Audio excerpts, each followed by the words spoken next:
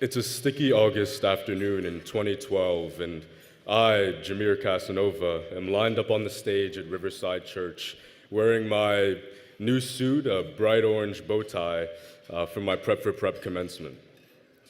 We're clutching our plastic LED candles and reciting a song from a corny musical. Tomorrow, tomorrow, I love ya, tomorrow. Our eyes are welling with tears of gratitude, droplets of relief. Everyone is optimistic and hopeful, but I am near euphoric. For the first time in a long time, I embrace the idea that life does get better. The previous few years had not been kind. As a child, it was much easier to comprehend the idea of alcoholism than it is to accept that your own father pours brandy through his face daily. It's even more difficult to watch the man whose last name you bear be so far under the influence that he sees no fault in overpowering your mother. Many kids wish their childhoods were endless, but mine seemed overbearing, unending. Not wanting to be defined by my struggles, I told almost no one of them.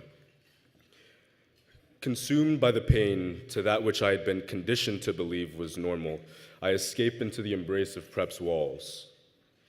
I crammed my planner and crunched my papers into my backpack for another July morning bus ride to Prep classes. As I started 7th grade at Horace Mann, I assumed the worst was behind me and was eager to move forward. My abusive father was no longer in the picture. I was thriving at my new school, and my family had expanded to include the man whom I now proudly call my dad, Keith. Life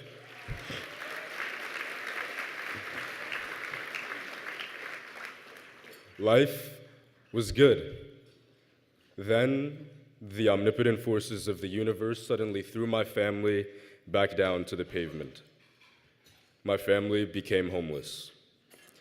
Following a series of unfortunate events, I found myself bouncing back and forth from my grandmother's couch in the Bronx to rundown motels in New Jersey. At its worst, my mother, Keith, my 5-year-old sister, and I found ourselves spending nights sleeping in our car. We would drive for hours until my sister fell asleep, finding a resting spot from which we were removed by 8 a.m. Strung to my back were all my possessions, carried in the orange drawstring goodie bag that I had received at my first bar mitzvah.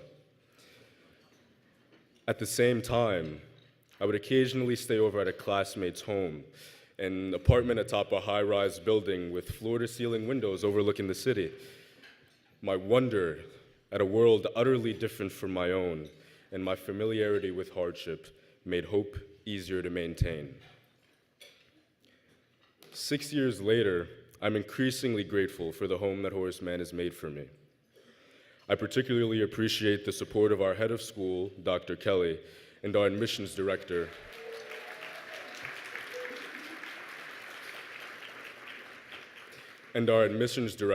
Mr. Caldwell.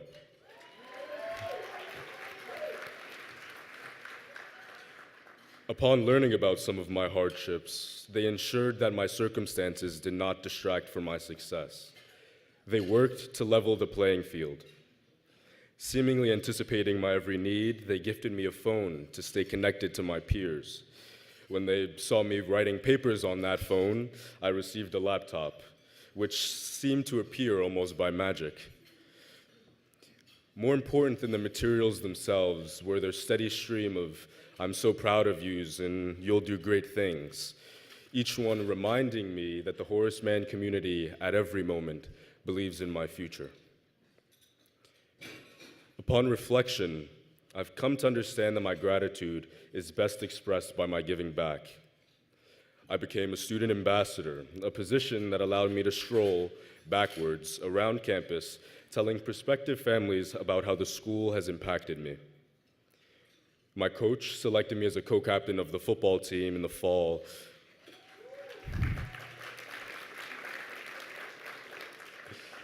And in the spring, I was asked to join our theater production of Pippin for my legendary singing and dancing skills. Over the past couple of years, I've served as an advisor to the young sixth graders at the beginning of their prep journeys. I've been able to witness children from the most underserved communities in New York work tirelessly so that they can be put in circumstances as promising as mine are today. Just as my prep advisor, Raphael, was there for me when I was 11, I've pushed some of my kids to show them that their race, ethnicity, and zip codes do not determine their success. Only they can.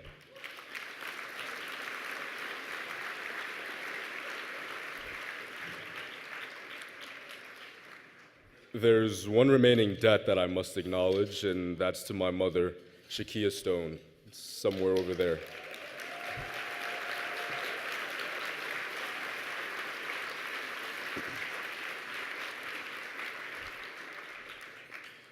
Your quiet resilience, your resolve in the face of adversity, and your refusal to be a victim laid the foundation for my ability to prevail. You've given everything to me, most notably life, and you've given the past 18 years of yours for my success, making countless sacrifices. I give this moment to you as my appreciation. Thank you, and I love you, Mama.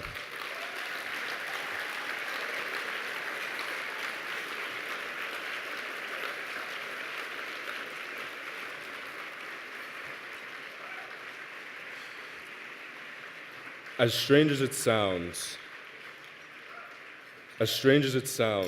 I'm grateful for the hardships that I've experienced. They taught me where I don't want to be.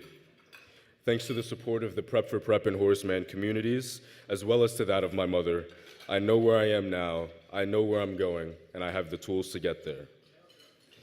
This fall, I plan to study economics and psychology at the University of Pennsylvania.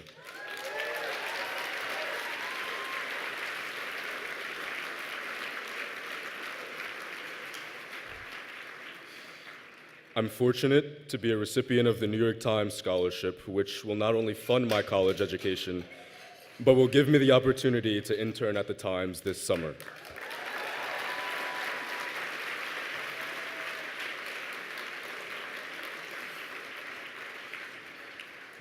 Through all of this, I've learned that any privilege, or lack thereof, does not determine one's outcome.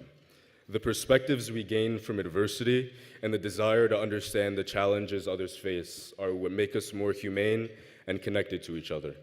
Thank you.